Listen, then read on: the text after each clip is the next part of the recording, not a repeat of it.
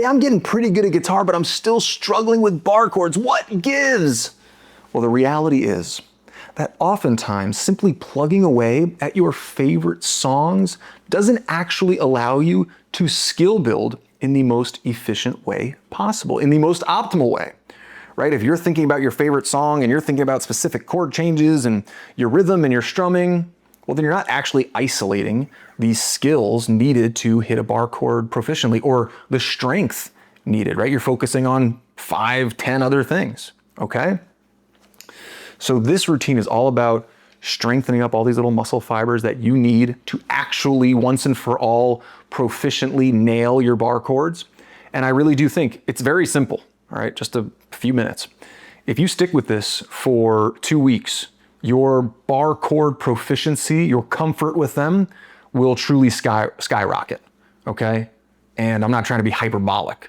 You think you're the first group of people I've showed this to? No.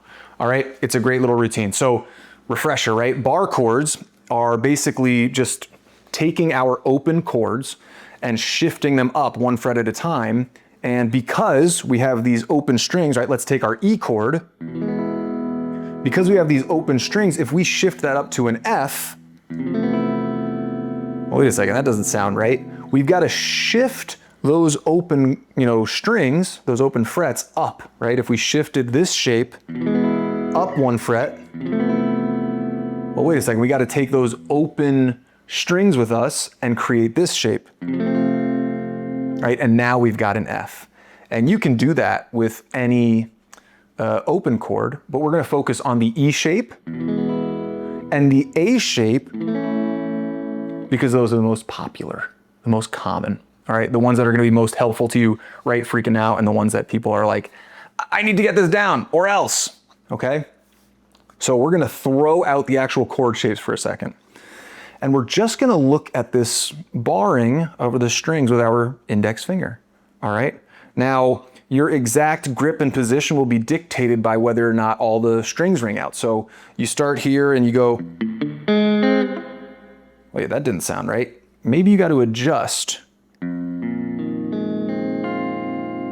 right? And you're basically just shifting the open notes up. That's it. I know it does not sound cool. It's not fancy. It's not the sexiest, drill ever. But you're gonna make sure all those notes ring out. Okay, cool. Shift it up to the 2nd fret. I have a tendency to choke the freaking neck. You don't need to, right? Let's be calm and relaxed. Up to the 3rd fret, just enough pressure to get those notes to ring out, right? You don't want to have a death grip because then it's going to fatigue you. And we want to avoid that. You want to get stronger, but you don't want to fatigue yourself unnecessarily. Great, and you just want to keep double checking. Bring it all the way up to the 12th fret and then come back down, okay? 12th fret and back down. That's it. Now, you can absolutely just do, down picking the entire time. If you want to incorporate some good alternate picking, you can go down, up, down, up, down, up. Shift up, down, up, down, up, down, up. Just so you can work your alternate picking a little bit. I think that's helpful, especially as we're, changing strings. Just a little added bonus, keep things a little more interesting than just, down, down, down, down, down as you move up. All right, if you're short on time, if you're ridiculously short on time, 12th fret and then go to the next exercise. But that's the first piece, is just working the index finger. The next piece would be getting used to just the shapes, right? When we play our E chord, we are going with, middle and then ring and then index, right? And when we're playing our A shape, traditionally speaking, for me, I've got these big bulky fingers, so I use the middle, ring, pinky.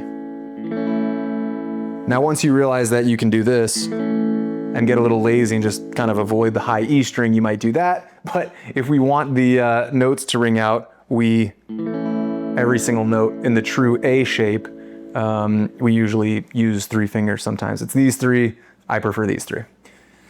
So what we're gonna do is we're gonna start on the 3rd fret. Let's start with the E shape, and we're just going to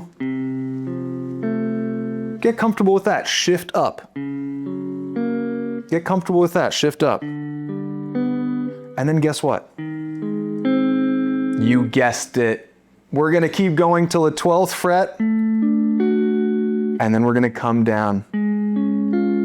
Now, if you alternate pick this is great because you go down, up, down, you shift up, down, up. You have to keep that alternate pick going, even though you're, changing strings. And as you go back to the low note, you have to continue you have to be continuous with your alternate pick, even though you're shifting. And a lot of people would restart, right? They would go down, up, down, down, up, down. But if you're going with true alternate picking skills, you would go down, up, down, up, down, up, down, up, down. All right. So just a little interesting piece to help you out.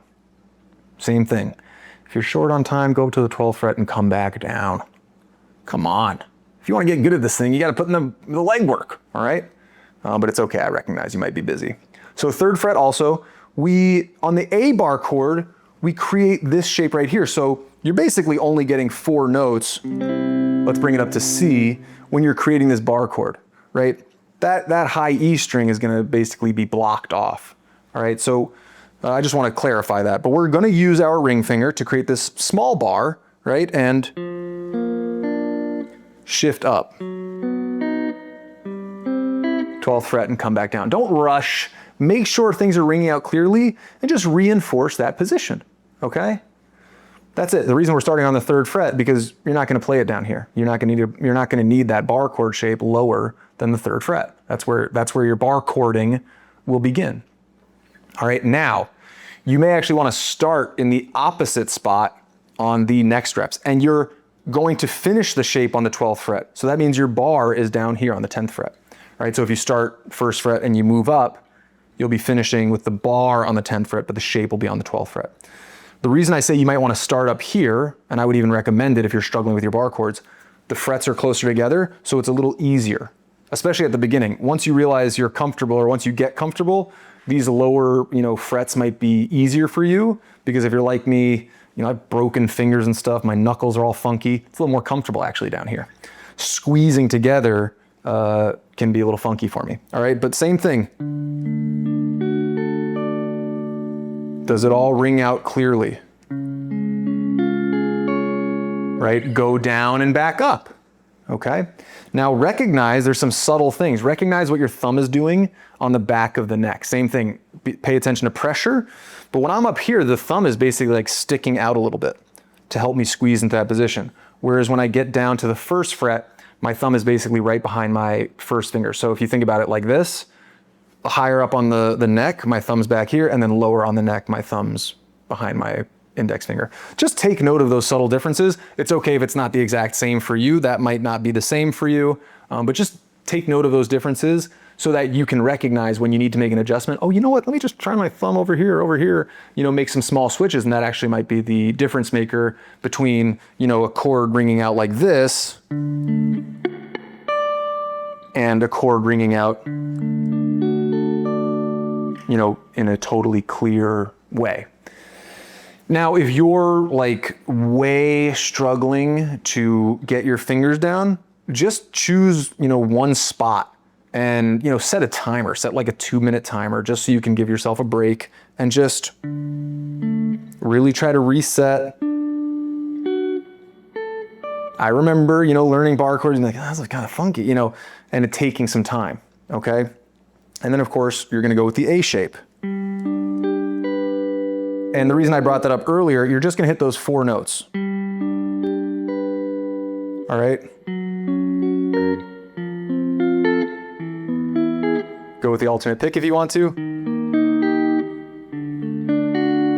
All right, and you can see that once you get more proficient, going down and up is not gonna be the end of the world. It won't take that long. So I should put the final thing, if you need to, you can put on a timer for the index finger piece, for the index finger portion, I should say, and then for the chord shape portion and for the combination. So that if you do 2 minutes of each, index finger, E shape, A shape, there's 6 minutes, and then, 2 minutes of just the bar chord E shape, 2 minutes of the A shape, Well, now it's a 10-minute routine, you know, not that wild, right? When you think about it, especially if you really want to strengthen up your bar chords, you got to do it. So I hope that was helpful. Wanted to put that out there into the world for all of you people who have been wanting to have stronger bar chords. I hope this helps. And then I've got my favorite song to help reinforce bar chords, okay? And sorry, it's an old video. It probably doesn't look great, but that's the deal. I hope you enjoyed it. I hope it was helpful. And I already said like and subscribe because there's a lot of good stuff out there and plenty more to come. I appreciate you hanging in there. Peace, love. I will see you on the next one.